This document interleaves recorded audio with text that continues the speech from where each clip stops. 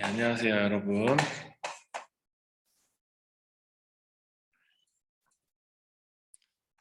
들어오시면 출결 확인을 위해서 그거 좀 남겨주세요.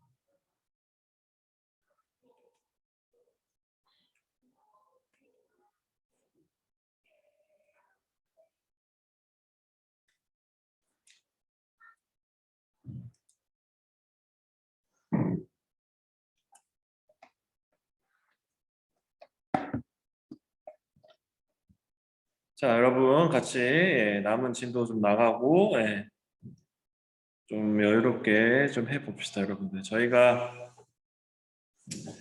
객관적 진도상으로는 거의 다 나갔어요. 그래서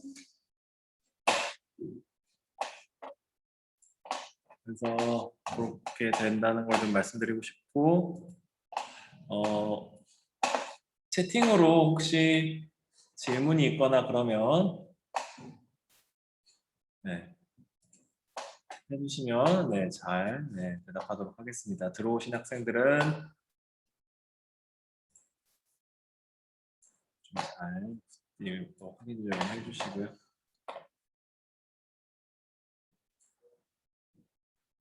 자, 출석 확인만 좀 하고 바로 수업 진행하도록 하겠습니다.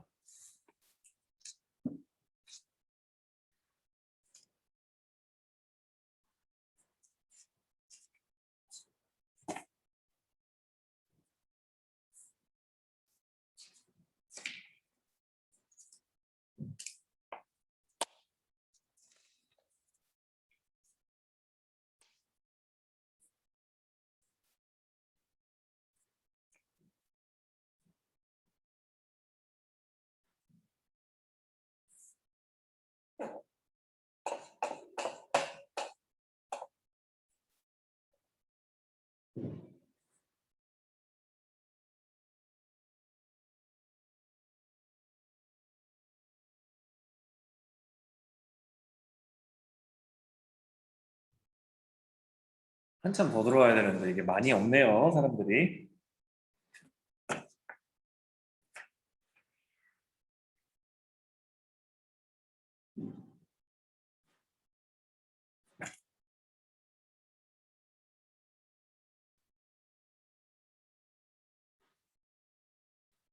(93쪽에) 역량 강화 질문부터 하면 된다고 해서 여러분들 여기에 펴놨습니다. 여러분들 일단 출석 체크하고 바로 여기부터 시작하도록 하겠습니다.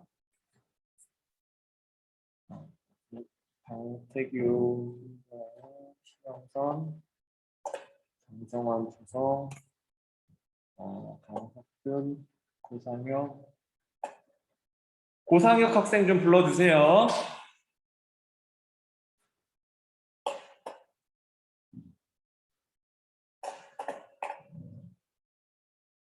고상혁 학생, 그리고 신용우, 이정찬, 정민승 학생도 좀 불러주시고요. 자, 5반에 장성환, 그리고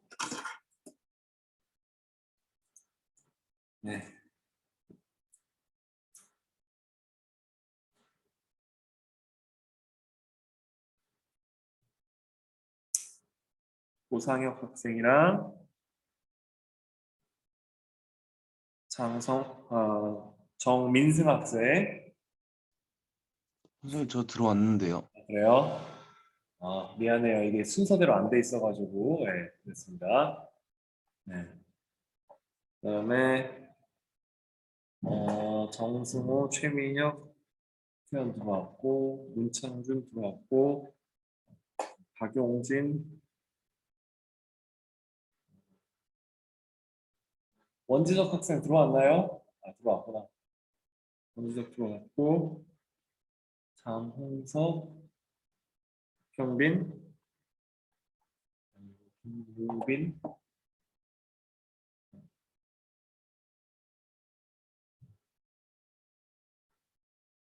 김가연, 김가원,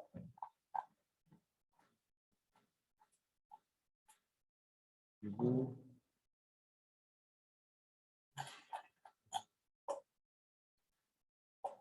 이소연 방금 전에 들어왔고, 김가연도 들어왔고,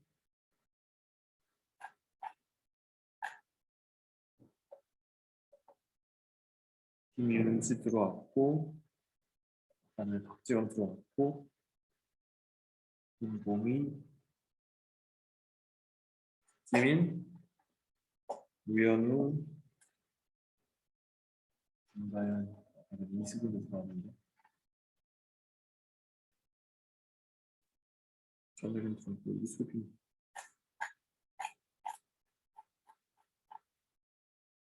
이수빈 학생 안 들어왔네요. 이수빈 학생 좀 불러주세요.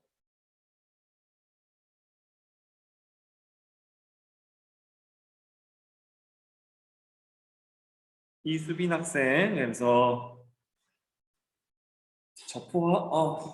그리고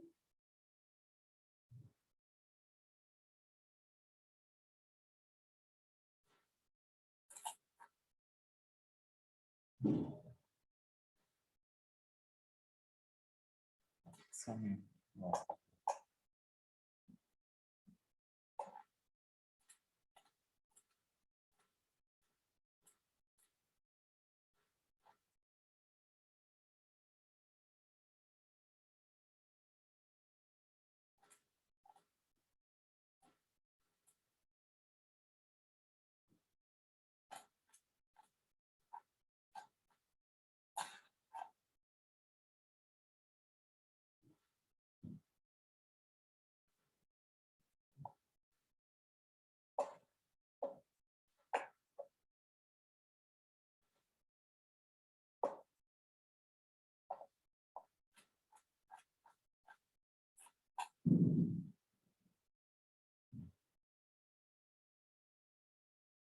이거 한 명이 부족한데 인원이? 두 명을 빼고 30명이고 낙하하면 서로 한 명이어야 되는데 29명이어야 되는데 지금 안 옮겨.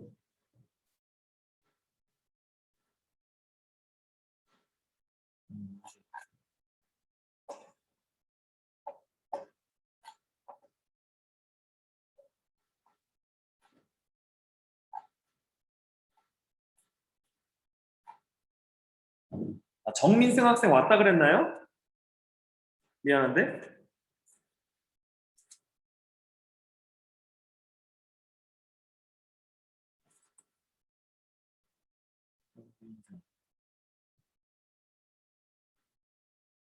없네. 잘 찾았네. 3명. 네, 따로 제가 연락하도록 하겠습니다. 예, 수업할게요. 자, 그래서 여러분들 지금 저희가 국타왕조까지 했고요. 그래서 국타왕조의 특징, 뭐 여러 가지 것들을 같이 한번 보도록 하겠습니다. 그래서 자료 1에서 표현된 이 국타왕조의 특징은 뭐냐?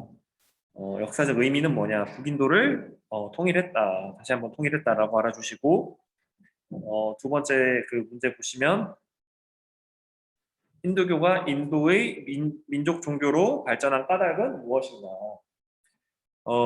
이 발전한 이유가 뭐가 되냐면 무엇보다도 여러 부족과 카스트를 숭배하는 신들을 통합했다. 그리고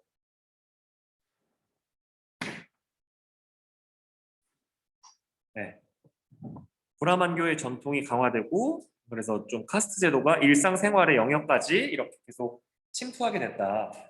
그런 부분이 지금의 인도가 많은 발전적인 요소가 있음에도 불구하고 아직도 뭐 카스트 제도의 그런 불합리함이나 아니면 그 여러 가지 사회적으로 조금 경직되는 그런 결과를 그런 걸 의도하고 하진 않았을 텐데 그런 결과가 초래되고 있습니다. 그래서 참고해 주시고요. 그리고 3번 보시게 되면 북타왕조 시기에 인도 고전 문화가 발달한 배경을 한번 보게 되면 이것도 마찬가지입니다, 여러분들. 그 우리나라의 그런 고유의 그런 문화 아니면 고유의 정체성 이런 것들이 대부분 원간섭기 이런 전통시대에서는 원간섭기나 아니면 삼국 그 이전에는 삼국통일전쟁이라고 해서 당나라랑 그러니까 그 고구려 백제 신라끼리 싸울 때는 그런 게 좀 조금 형성되는 시기였다라고 한다면 그러니까 삼국 통일전쟁을 하고 나서 당나라랑 싸우면서는 진짜 어떻게 보면 신라를 중심으로 하는 뭐 백제 고구려 그 일부 세력들이 우리와 당나라는 다르구나 이렇게 어떻게 보면 조금 다름을 인정하는 계기가 됐었는데요. 마찬가지입니다. 이 민족의 침략을 이렇게 막는 과정에서 이 민족의 정체성이라고 하는 게 성장을 했다라고 알아주시면 좋을 것 같고요. 그리고 4번 보시게 되면 간다라 양식이라 자료 3번에서 나오는 이런 국타 양식은 어떤 특징이 있느냐, 어떻게 형성됐느냐라고 물어보는데 일단 간다라 양식과 인도 고유의 그런 특색이 융합된 형식이다라고 알아주시면 좋을 것 같습니다. 그래서 여러분들 이 흐름을 좀 알아주셔야 돼요. 그래서 어떤 그 인도의 왕조가 있고 그 왕조에서 적극적으로 후원 또는 번영 내지는 발전했던 그 종교 그리고 그 번영 발전시켰던 왕 그리고 그 왕이나 혹은 그 국가에서 유행했던 그 융성했던 그런 종교 이것들을 이렇게 좀 분류를 하셔가지고 계속 어떻게 바뀌는지 이런 것들을 좀 알아두시면 좋을 것 같아요. 그리고 그 인도사뿐만 아니라 서아시아사 그리고 또 기타 여러 동남아시아사 이런 쪽은 여러분들 우리가 고유 명사가 굉장히 익숙치 않기 때문에 그런 부분들을 잘 익숙해지시면 될 것 같고요. 그리고 나올 수 있는 그 탐구 자료, 그러니까 뭐 사진이 됐던 아니면 그 사료나 글이 됐던 이런 부분들이 굉장히 아직까지도 많이 발전하긴 했습니다만, 교과서의 그런 자료나 이런 것들이 그래도 한정적이거든요. 그래서 그런 부분들을 조금은 자주 반복해서 익숙해지시게 되면 조금은 쉽게 그 문제들을 풀 수 있을 겁니다, 여러분들. 모의고사가 됐든 내신이 됐든. 그래서 그렇게 좀 알아주시면 좋을 것 같고요. 다음으로 넘어가서 이제 이 무굴 제국이라고 하는 이제 다시 이제 인도가 이슬람화되는 그런 과정을 한번 보도록 하겠습니다. 실제로 여러분들 지금도 그 인도에서 종교 갈등이 종종 발생하는데 대부분 힌두교도들이 대부분이지만 그래도 뭐 이슬람이나 뭐 다른 종교들이 있어서 그 종교를 믿는 사람들이 갈등을 겪는 경우들이 있습니다. 참고해 주시고요. 그래서 이슬람 세력의 인도 진출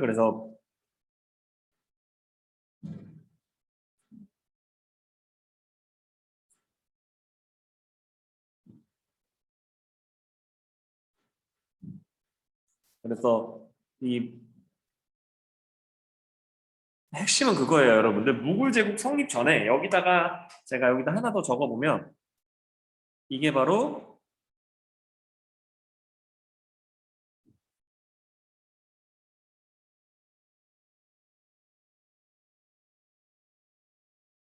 어쨌든 두 왕조가 나옵니다, 여러분들. 그래서 여기 부분을 좀 같이 보면서 요 가즈니아 왕조와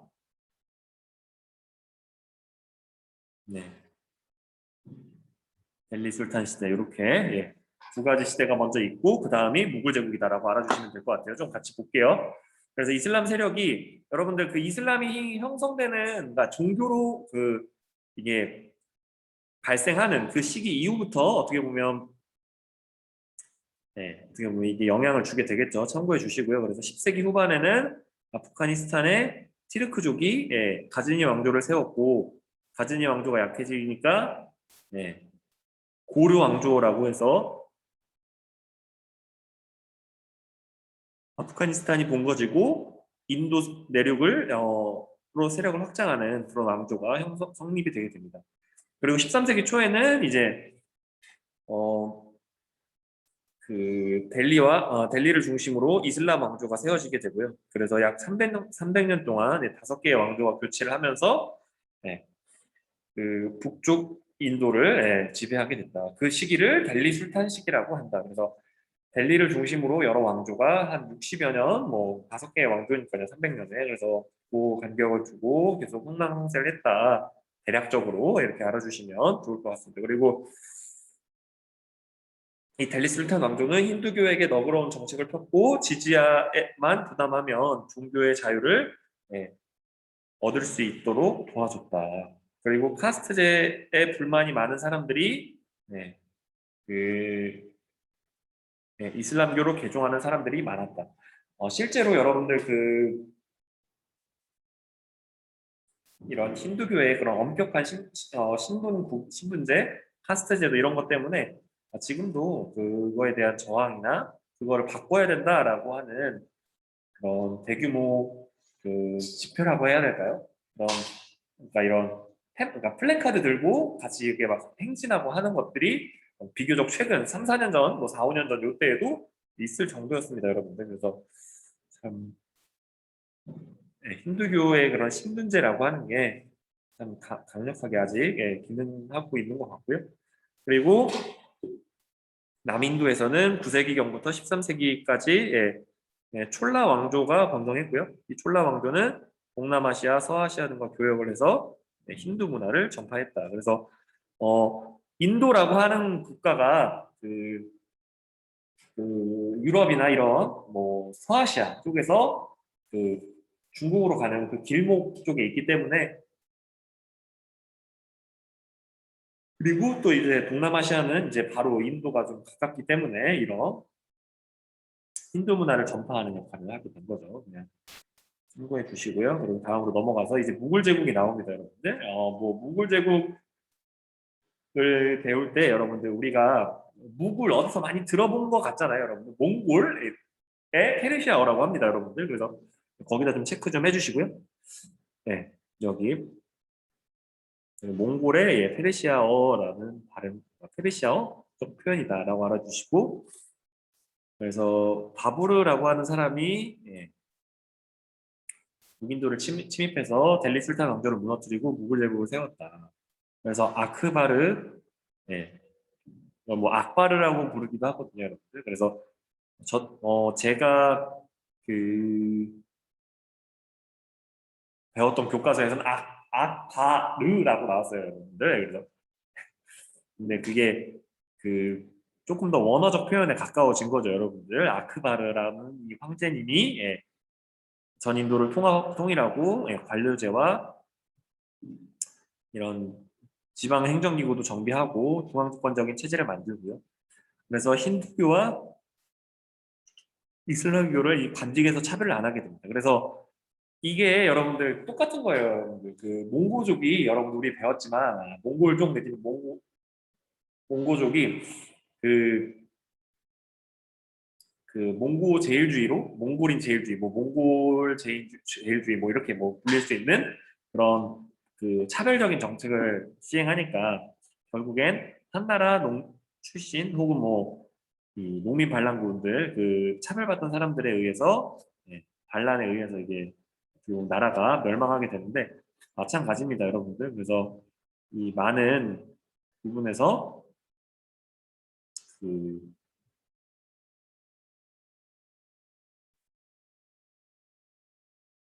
이런 관용적인 태도 그리고 같이 임명하는 이런 제도들이 굉장히 중요하다고 볼 수 있습니다, 여러분들. 그래서 그렇게 알아주시면 되고요. 그래서 다음으로 넘어가서 1세기 동안 번영하던 이 무굴 제국이 이 아우랑제부 황제 때 남인도 대부분을 통일하면서 이 최대 영토를 차지하게 되긴 하는데요. 그렇지만 이 남인도 대부분을 확보했지만 그 대규모 전쟁으로 인해서 재정난이 생기게 되고요. 이슬람 제일주의를 내세워 지지야를 부활시키게 됩니다. 그래서 반란이 일어나게 되는데요. 그래서 펀자브 지방의 시크교가 중부 인도 시크교와 중부 인도의 마라타 왕국이 반란을 일으켰다. 근데 예, 마라타 동맹을 만들어서 무굴 제국에 대한 저항을 계속했고, 그리고 그렇지만 이게 그 대부분의 반란이 그렇듯이 반란 세력들 내부에서 갈등이 생기는 경우가 많습니다. 그래서 그런 것들 때문에 약해지게 되고요. 그리고 이 무굴 제국이라고 하는 곳에서 발달한 문화는 여기다 좀 체크를 좀 해주세요. 이슬람 문화와 힌두 문화가 합쳐졌다. 그래서 여러분들 그 구타 문화는 간다라 미술 양식과 인도 문화가 섞인 거고요, 여러분들. 그래서 이렇게 융합된 그 문화를 가지고 있다. 그래서 공식 문서나 외교에서는 페르시아어가 사용되고 되었고, 일상에서는 힌두어와 페르시아어를 그리고 아랍어가 합쳐진 우르드어라고 하는 게 널리 사용되었다고 합니다. 그래서 우리로 따지면 그거예요, 여러분들. 그러니까 우리나라의 공식적인 이런 한국어의 그런 표현이 그런 서울 사람이 서울 지역에서 쓰는 그 말을 어떻게 보면 표준어라고 정했잖아요. 그런 것처럼 이게 공식 언어가 있고, 그렇지만 그 여러 가지 지방 사투리가 우리나라에도 존재하듯이 다양한 언어나 이런 것들도 함께 사용할 수 있게 허용했다라고 알아주시면 좋을 것 같습니다. 그리고 우리가 흔히 생각하는 인도인들 하면 떠오르는 그런 모습들 있잖아요. 여기서 나오는 이런 모습들, 머리에 터번을 쓰고 이 그러니까 눈썹과 눈썹 사이에 이 점을 찍는 이 모습들이 이 시크교의 모습이다라고 알아주시면 큰 틀에서 문제가 없을 것 같고요. 그리고 이 회화에서는 그리고 종교에서는 이 시크교라고 하는 그 이슬람교와 힌두교의 그런 융합된 종교가 생기게 되고요. 그리고 페르시아의 세밀화 그리고 인도 양식이 융합돼서 회화 양식이 독특한 이런 무굴 양식 같은 게 좀 생기게 되고요. 그리고 여러분들 이 밑에 나오는 이 타지마할에 대해서는 여러분들 제가 굉장히 열심히 증언할 수 있는 부분 중에 하나입니다, 여러분들. 제가 세계사 교과서에서 나오는 대부분의 이런 유적지나 이런 데를 가보지 못했는데 여기는 직접 가봤거든요. 그래서 여러분들 제가 이렇게 이 선을 그어놨잖아요. 그래서 완전히 대칭적인 구조다라고 그냥 알아주시고 우리가 흔히 생각했을 때 이 타지마할이라고 하는 곳이 궁궐이겠구나라고 생각하기가 쉬운데 궁궐이 아니라 샤자한 황제가 자기 왕비인 뭄타즈마할을 추모하기 위해서 만든 궁전 형식의 묘당입니다. 그러니까 어쨌든 형식은 궁전이지만 그러니까 우리가 잘못하는 게 아니에요. 아시겠죠? 우리가 보기에 이거 궁전 같은데?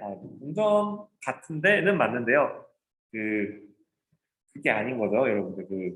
그 뒤에 숨겨져 있는 그 무덤에 대해서는 우리가 모를 수밖에 없는 거죠. 무덤이 이렇게 화려하고 이렇게 큰 경우는 없으니까요. 참고로 여러분들 제가 여기다 이제 빨간색 점 2개 찍어놨잖아요.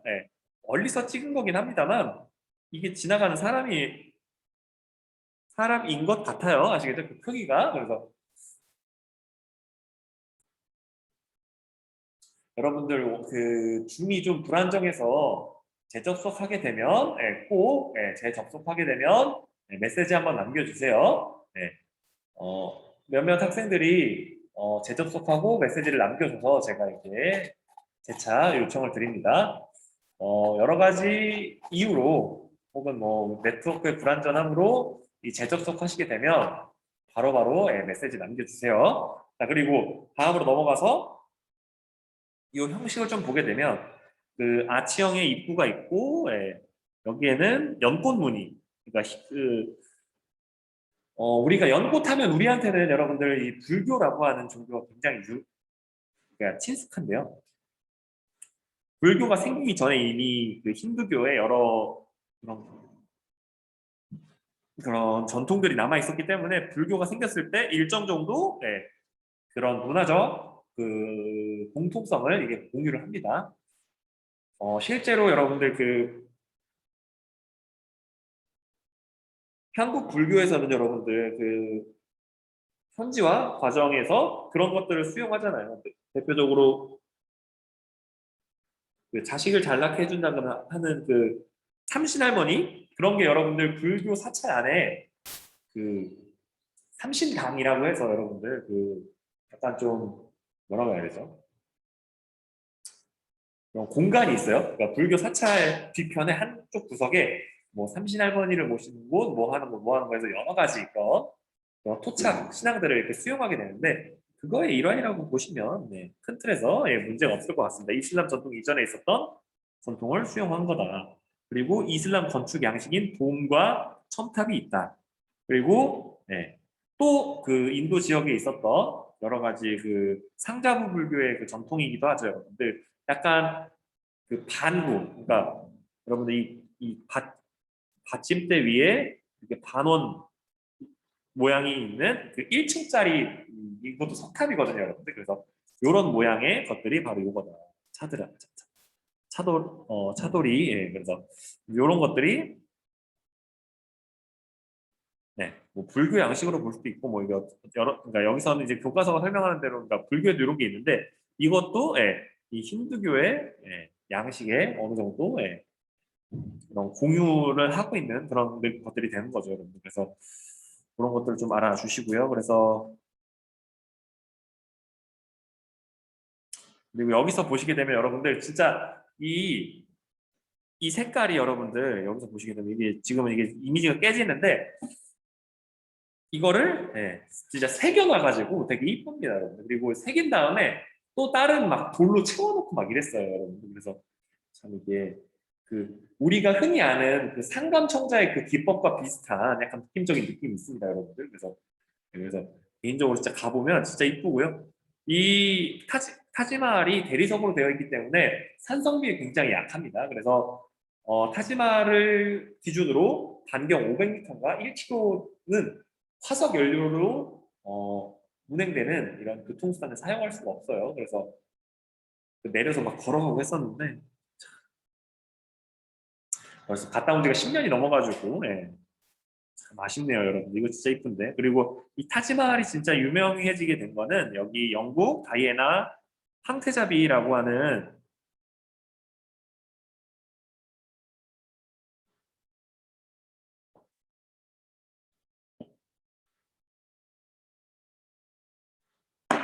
분이 그 의자에 앉아서 그 뒷모습 그러니까 이게 그러니까 해가 질 때 타지마할을 바라보고 있는 모습을 이렇게 뒤에서 찍은 그 사진이 굉장히 또 또 제가 또 어렸을 때도 한때 유행이었더라고 하더라고요. 그래서 저도 그거는 대학생 돼서 알았습니다, 여러분들. 그래서 여러분들도 조금 그런 문화적인 그런 여러분들이 유명한 그런 관광지를 한번 가게 되면 세계사를 공부했던 이 그때 공부했던 게 여기에 그거구나라고 이렇게 이해하게 되는 순간이 오게 될 겁니다.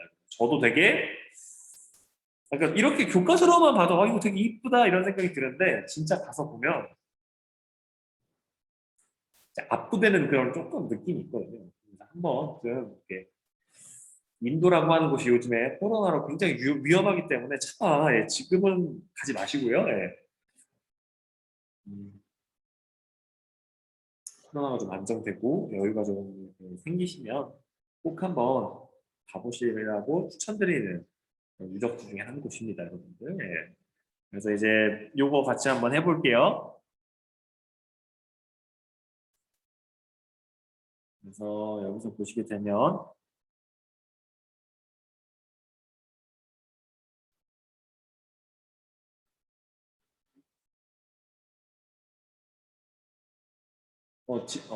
질문했나요, 누가?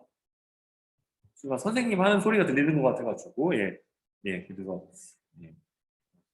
아니군요. 예, 같이 이거 합시다. 예.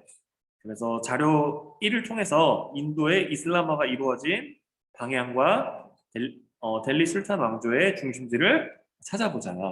자, 여러분들 참고로 예, 첫 번째, 예, 뭐 인도가 이슬람화가 이루어진 방향, 이 서북 쪽에서 침입이 있었다. 그래서 서북 쪽으로부터 뭐 이슬람 뭐 문화를 가진 뭐 사람들이 들어왔다. 뭐 이렇게 그냥 교과서에서 설명하고 있으니까 그냥 방향만 적어 놓은 거고요.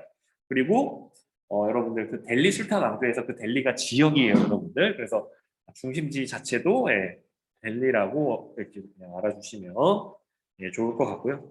그래서 두 번째로 자료 2번의 정복 활동과 아우랑제부가 지지자를 부활시킨 배경을 연결하여 설명해 보자.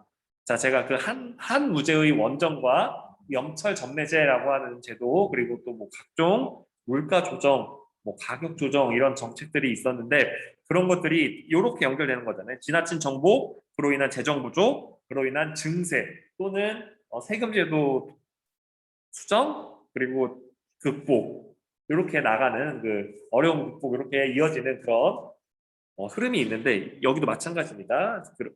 이런 방법들을 통해서 그 재정의 부족함을 극복하려고 했고요. 힌두 이슬람 문화의 사례,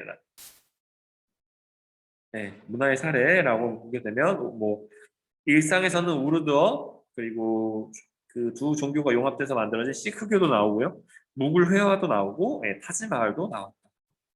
이렇게 알아주시면 좋을 것 같고요. 그래서 타지마할의 이 힌두 양식과 이슬람 양식이 거의 함께, 거의가 아니라 그냥 함께 있다라고 알아주시고요. 그리고 자료 3문을 통해서 타지마할을 힌두 이슬람 문화의 걸작이라고 평가하는 까닭은 무엇인가? 모스크 양식과 힌두 양식의 조화가 잘 이루어졌기 때문이다. 그래서 이런 탑이나 아니면 여러 가지 이 장식의 모양들 이런 것들이 상당 부분 이런 모스크 양식과 힌두 양식의 그런 혼합의 사례라고 봐주시면 네, 좋을 것 같습니다. 그래서 네, 인도의 다양한 종교와 갈등이라고 해서 네, 여러 종교들이 있다라고 알아주시고 실제로 여러분들 그 인도가 영국의 식민지일 때는 지금의 파키스탄 지역 그리고 지금의 방글라데시 지역도 모두 인도라고 하는 걸로 이렇게 묶여서 불렸습니다, 여러분들. 근데 그게 독립하는 과정에서 힌두교를 많이 믿는 그 중앙에 이런 삼각형 모양의 요 부분과 그 양옆에 파키스탄, 방글라데시라고 하는 지역으로 나눠지게 됐다라고 알아주시면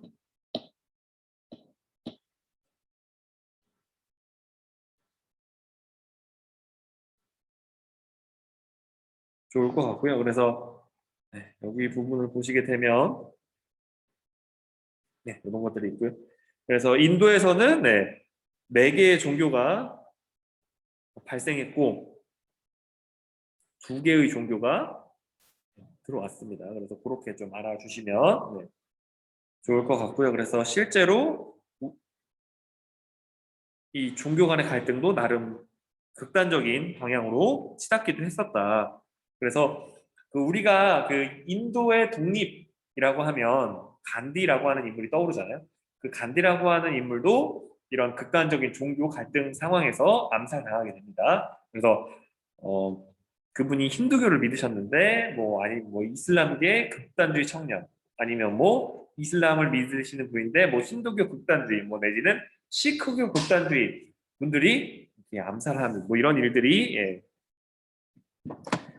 발생을 했었다. 그리고 지금도 종종 이런 종교적 갈등으로 발생하고 있다라고 알아주시고요.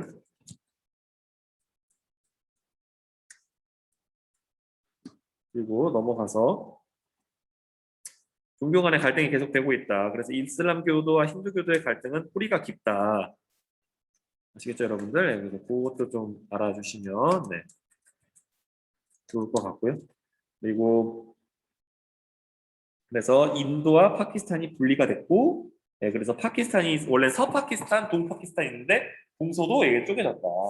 그래서 좀 알아주시고요. 그래서 힌두교와 이슬람교의 치열한 분쟁이 계속 이어지고 있다. 갈등 해결을 위해서 문맹률도 그러니까 높기 때문에 영화를 활용해서 종교의 갈등을 극복하는 모습을 홍보하고 있다. 그래서 여러 종교가 있다, 들어왔다라고만 알아주시면 좋을 것 같고요.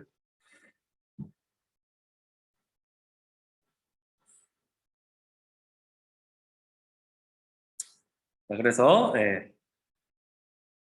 그 조금만 더 하고 마치도록 하겠습니다, 여러분들. 여기 2번 문제를 같이 한번 보시게 되면 둘 다 시기는 다르지만 그 관용주의 정책을 폈던 두 왕이 나옵니다, 여러분들. 아소카 왕이라고 하면 우리가 제일 처음에 배웠던 뭐였죠, 여러분들? 이 위에서 우리가 적고 나왔던 네, 마우이 마우리아 왕조, 마우리아 왕조를 말하는 거고요. 그리고 여기 두 번째 관용을 말한 사람은 바로 우리가 직전에 배웠던 아크바르, 그 황제다라고 알아주시면 좋을 것 같습니다. 그래서 그 제국들의 특징, 왕국들의 특징, 그 왕이 이 존재했을 때의 특징, 그 재위했던 시절의 특징, 내지는 그 왕이 속한 그 왕국 자체의 전반적인 그런 내용들을 좀 알아주시면 좋을 것 같고요. 그래서 종교의 자유를 굉장히 허용했다. 그래서 심지어 악바르 대제는 자꾸 악바르라고 하네요, 여러분들. 이게 처음 배우는 게 참 그래서 중요한 것 같습니다. 그래서 아크바르 이분은 그 지지야도 폐지할 정도였죠.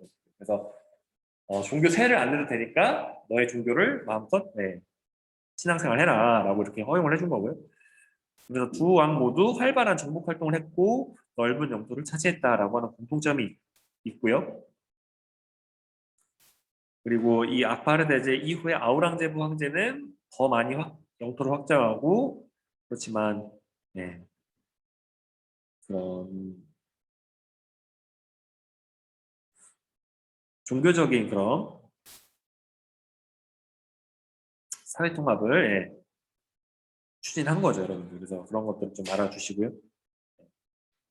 여기서 보시게 되면 관용적인 종교 정책을 통해서 사회를 통합하려고 했다라고 하는 게 이 두 사람들의 공통점이고요.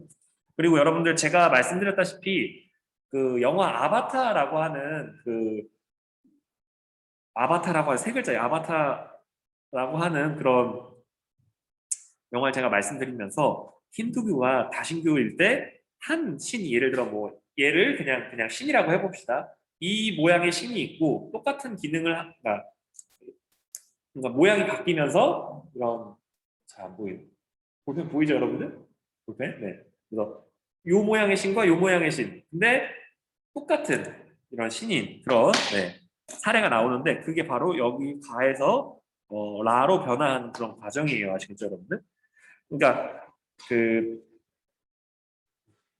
이 처음에는 이 불교에서 그 불교의 진리를 담고 있는 여러 가지를 이런 조각이나 형상으로 이렇게 만들었었는데 이제 그게 일정 순간을 지나가고 나서부터는 부처님 상으로 이게 확정이 되는 거예요, 여러분들. 그래서 이런 다양한 형태의 신이 존재할 수 있다라고 하는 게 이런 다양한 모양의 이런 불교 관련된 이런 조각물로 발현이 된 거고요. 그 중에서 여러 가지 또 간다라 미술 양식의 영향, 뭐 여러 가지 영향을 받으면서 부처님 그러니까 합장하고 계시는 이런 모습이나 가부좌 틀고 이런 모습으로 이렇게 딱 그 이 불교의 그런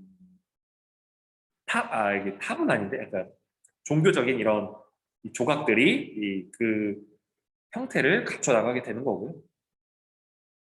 그래서 1번을 보시게 되면, 가나다에서 부처를 상징하는 것을 찾아보고,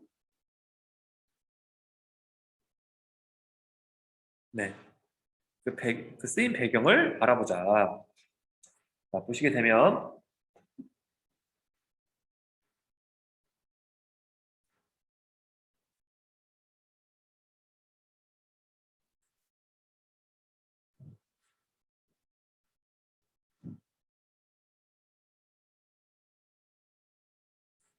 가나다 밑에 제가 다 써놨고요, 여러분들. 그리고,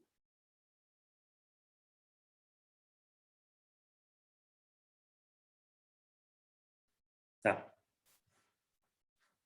이런 게 왜 나오게 되냐면 석가모니가 이 보리수 밑에서, 그러니까 이 나무 밑에서 예, 깨달음을 얻었고요.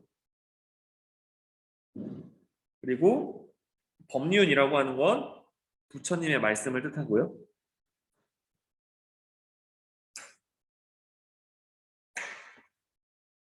그리고 탑은 네, 부처의 무덤, 부처님의 무덤이다. 아시겠죠, 여러분들? 그래서 우리도 요런 그런 전통을 이제 불교에서 계속 계승시켜서, 그러니까 그 부처님처럼 그 깨달음을 그러니까 똑같이 그 똑같은 장소에만 가야 깨달음을 얻는 건 아니니까 요 앞에 두 가지는 사라지지만 요 탑과 부처님만 이렇게 신앙의 대상으로 남게 되는 거죠. 다른 국가에서는. 그래서 그렇게 좀 그러니까 신앙을 상징하는 건축물 정도로 이렇게 정리를 해보면 좋을 것 같습니다. 그리고 2번 보시게 되면 네, 가에서 라를 통해 부처를 표현하는 방식이 어떻게 변했는가. 네, 점차적으로 이제 뭔가 이렇게 철학적인 내용을 담는 이 보리수, 그다음에 법륜, 탑 이런 거에서 인간을 닮은 형태의 그 부처님 형상으로 바뀌었다라고 알아주시면 좋을 것 같고요. 그래서 2번과 같은 표현 방식의 변화가 나타난 문화 종교적 배경은 무엇인가? 이게 대승불교의 성장과 간다라 미술 양식의 유행으로 이런 변화가 일어났다라고 알아주시면 네, 좋을 것 같습니다. 그래서 대승불교라고 하는 용어는 이게 딱히 이렇게 교과서에서 바꿔서 표현한 게 없으니까 그냥 이걸로 계속 하도록 하겠습니다. 그래서 예, 문화의 용광로 동남아시아. 그래서 이 동남아시아에는 여러분들 아까 전에 여러분들 그거 봤었잖아요. 인도의 여러 국가들이 동남아시아 지역으로 힌두 문화를 뭐 전파했다. 내지는 뭐 인도 문화를 전파했다라고 하는데 맞습니다, 여러분들. 그래서 여기에는 이 인도 지역에서 많은 문화들이 이렇게 건너오게 되는데 인도가 다신교이고 여러 종교들과 이런 여러 문화들이 있잖아요. 그래서 그런 것들이 많은 영향을 미칩니다. 그리고 우리가 흔히 생각했을 때 중동이나 서아시아, 즉 이슬람이 태동한 그 지역에 인구가 굉장히 많아서 이슬람 인구가 막 그쪽에 몰려 있을 거다라고 생각을 하는데 어, 이 동남아시아에도 인구가 굉장히 많은데 상당수가 인도나 아니면 그 서아시아의 영향을 받아서 이슬람을 믿고 있는 경우가 있습니다. 그래서 상당한 또 인구가 이슬람을 믿고 있다라고 알아주시고요. 그래서 동남아시아는 지리적으로 인도와 중국 사이에 있어서 두 나라의 문화가 모두 영향을 주고 있다. 그래서 인도로부터 인도로부터 불교, 힌두교, 그리고 중국으로부터는 한자와 유교를 수용했다. 그래서 자 여러분들 그 제가 여기다 적어놨잖아요. 이게 베트남이에요. 그래서 요 나라가 딱 이 사례에 부합하는 거죠, 여러분들. 지리적으로는 그래서 인도로부터는 불교와 힌두교, 그리고 그 중국으로부터는 그 한자와 유교를 수용했다.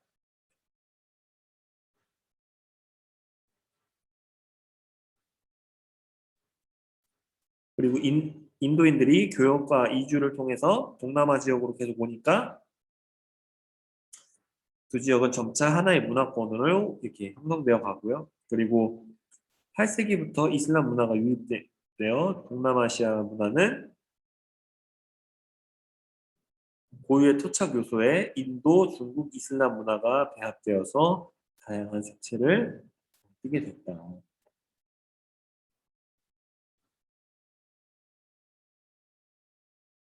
그래서 베트남 지역에 가보시면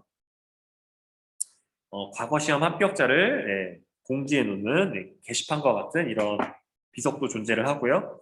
그리고 중국에서 독립해서 해상 무역을 하는 참파와 같은 나라들이 존재하기도 했었고요. 그리고 여기서 보게 되면 쯔논 문자 얘기 나오잖아요. 이런 문자들도 좀 알아주시면 좋을 것 같습니다. 그래서 세 차례의 몽고군을 그래서 여러분들 그 베트남 사람들이 베트남이라고 하는 국가에 대한 이런 자부심이 굉장히 높대요. 몽골이 존재했을 때는 세계 최대 강대국이었던 몽골의 침략을 이겨냈고, 그리고 현대사로 오게 되면 그 미국이라고 하는 가장 큰 군사력이 강력한 나라의 그런 나라와의 전쟁에서도 지지 않았다. 예, 패배하지 않았다. 그거에 굉장히 이렇게 되게 자부심을 갖는다고 하는데, 참, 이 나라도 신기한 나라입니다, 여러분들. 예, 동아시아 문화권이기도 하면서 그와 동시에 굉장히 동남아시아의 문화들이 유행가 많고요. 그리고 한 발짝 더 나아가서 그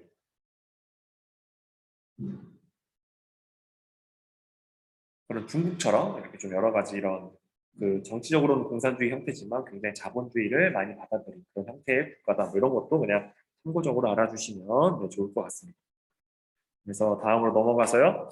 그래서 메콩강 주변의 여러 나라. 여러분들 이 메콩강이라고 하는 게 여러분들 동남아시아에서 가장 많이 재배되는 게 쌀이잖아요. 그 쌀을 생산하는 데 필요한 그 물을 그 공급하는 주요 이런 주요 강인데요.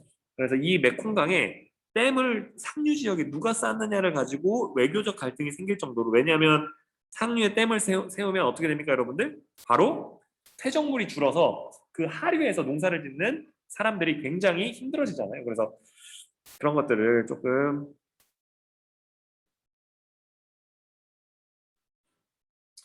네, 뭐 평화적으로 해결하자라고 하면서 뭐 그 외교 회의를 하기도 하고 합니다, 여러분들. 네.